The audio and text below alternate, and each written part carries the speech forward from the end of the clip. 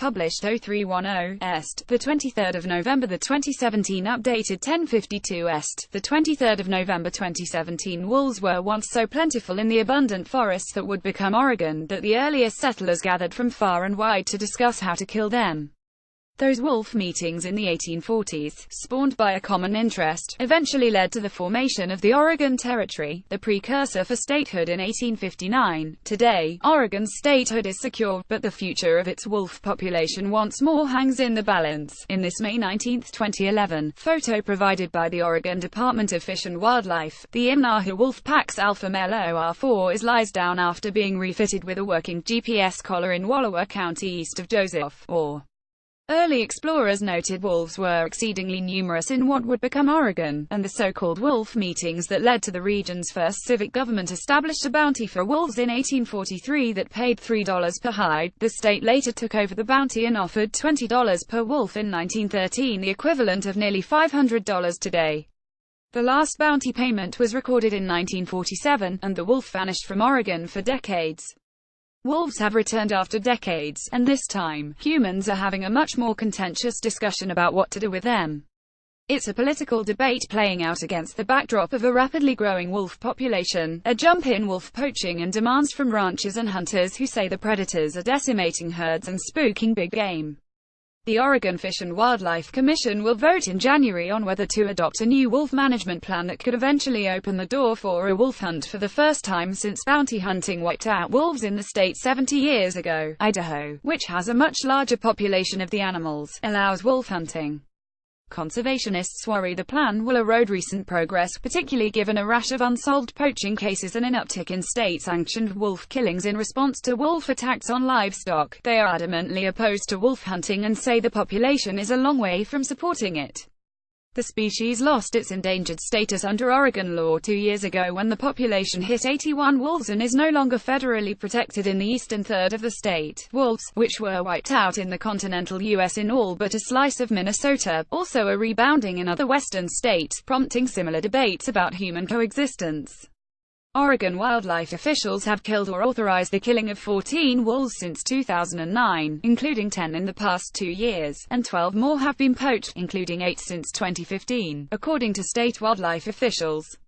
When we had 0 wolves 10 years ago, and now when we have 112 wolves, that's certainly a success story, but we're not done, said Rob Clavins, a wolf specialist with Oregon Wild, a conservation organization. Can you imagine if there were only 81 known elk in the state of Oregon, or if there were 81 salmon? We would think of delisting them.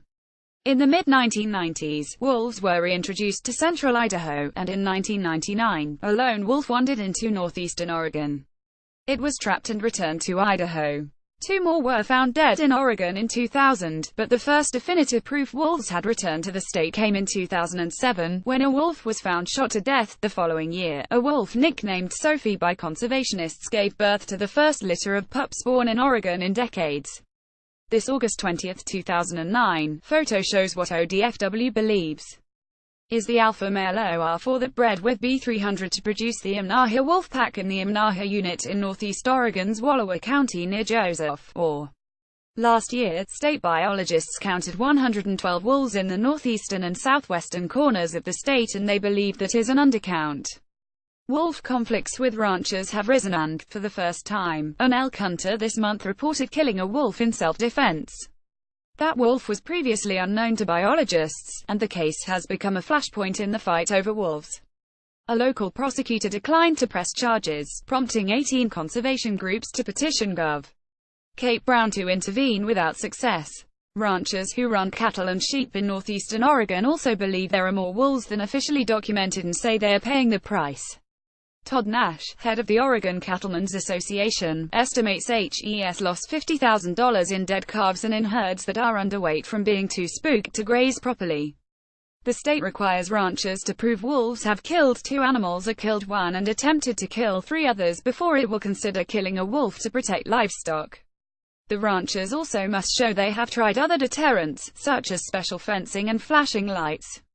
The state killed 4 wolves this summer and authorized a rancher to kill 1 more, but Nash said it's almost impossible to prove most cases because the wolves eat the carcasses or drag them away.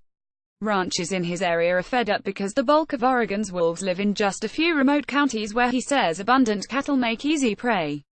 Killing a few wolves does nothing but infuriate the conservation folks, and it doesn't serve to placate the ranchers because they know it's not going to do any good, Nash said.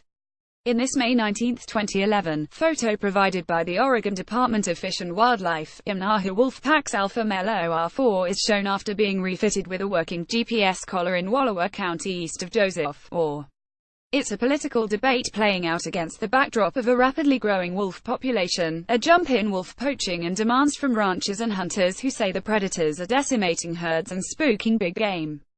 Yet the fact that Oregonians are debating when and how to kill wolves at all is incredible given the predators didn't exist here a decade ago, said Derek Broman, carnivore coordinator with the Oregon Department of Fish Wildlife. As the point person on the upcoming wolf management plan, he hears from dozens of competing interests on what to do with wolves. It wasn't all that long ago that people were worried about wolves blinking out and there just being a handful of them, Broman said. Wolves are so contentious, and there's a lot of baggage that comes with them, but there's also a lot of interest, which is nice.